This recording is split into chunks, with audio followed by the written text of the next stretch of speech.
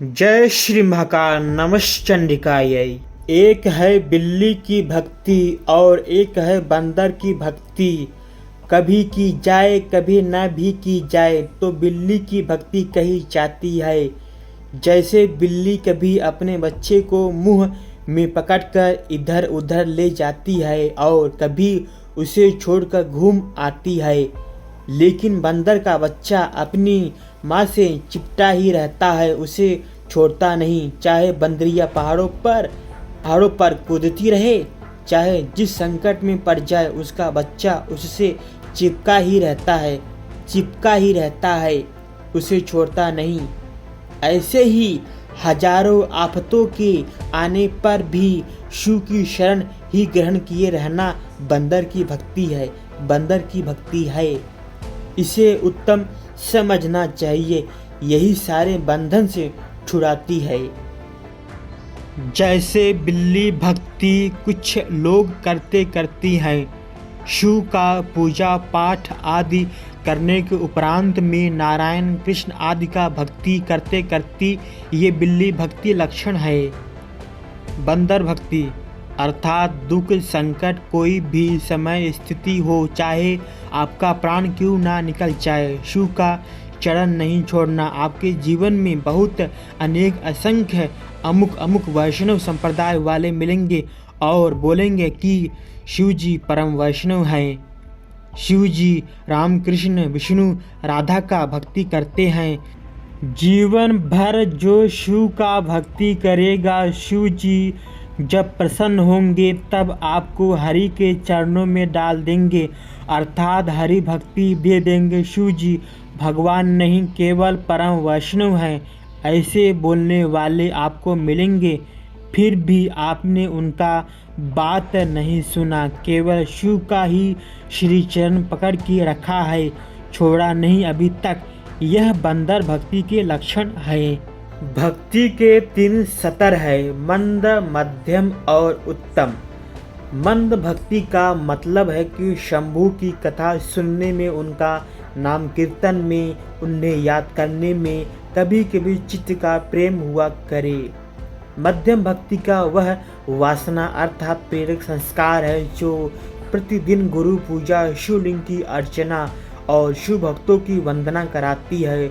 इस मध्यम भक्ति से सालोक्य आदि फल मिलते हैं। खुद को उपाधि आदि की पराधीन समझना किंकरता है जो सभी जीवों में स्वाभाविक है। ऐसे किंकरता वालों में सिद्ध होने वाले सभी प्रयोजनों को छोड़कर महेश्वर में ही निरंतर प्रेम रखना। कोई ऐसा समय या स्थिति न रहे कि बिना प्रेम के रहा जा सके। सर्वरक्षक परमेश्वर को अपने आप का अर्पण कर देना, यह उत्तम भक्ति कही जाती है।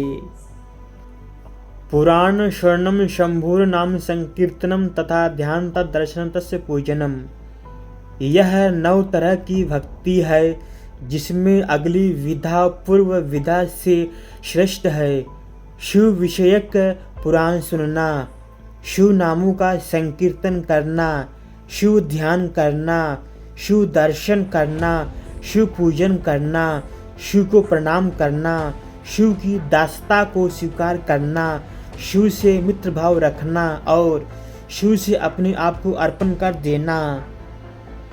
पशु भूत जीव चाहे जिस तरह की भक्ति वाला हो जाए, यह निश्चित है कि देर सवेरे वह सभी पाशों से छूट ही जाएगा। मंद भक्ति भोग फलक है, मध्यम भक्ति सालोक्य देती है, दुर्लभ तो वह उत्तम भक्ति है जिसके बाद फिर कभी गर्भवास की सनातन समाप्ति है। ब्रह्मा से लेकर कक्षुद्रतम प्राणी को जो कोई भी आधिकारिक आनंद हो सकते हैं, वे सब के सब जहाँ अत्यंत लक्ष्य प्रतीत होते हैं, उस मोक्ष का एक ही कारण है कि शिव में भक्ति। इस बात को जो जानता है उसके लिए कह सकते हैं कि उसके पास कट चुके हैं, क्योंकि वह अपनी जानकारी से अपना फायदा अवश्य ही करेगा।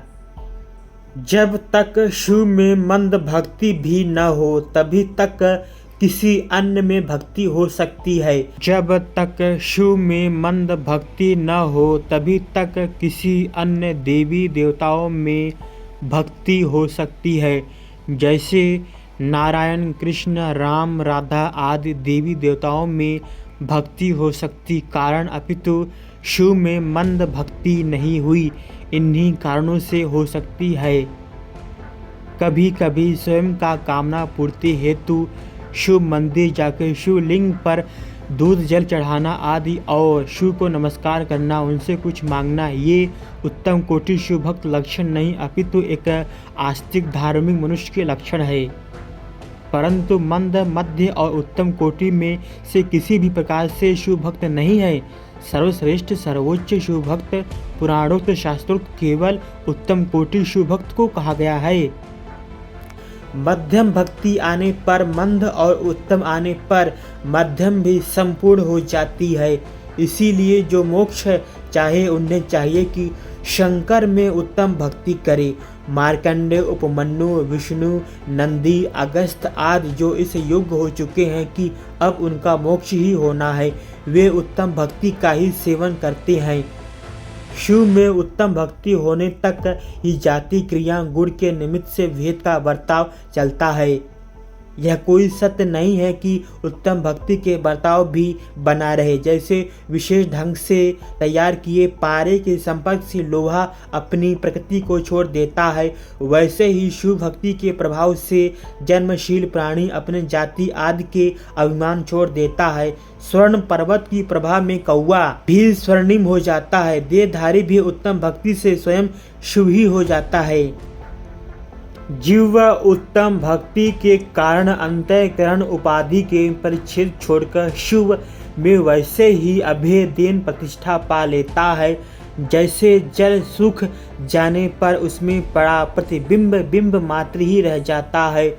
जल स्थानीय उपाधि व प्रतिबंधक जब संपूर्ण नष्ट हो जाती हैं, तब जो अभी देहधारी लग रहा है वह पर शिव ही रह जाता है। जय श्री महाकाल नमश्चंडिकाय।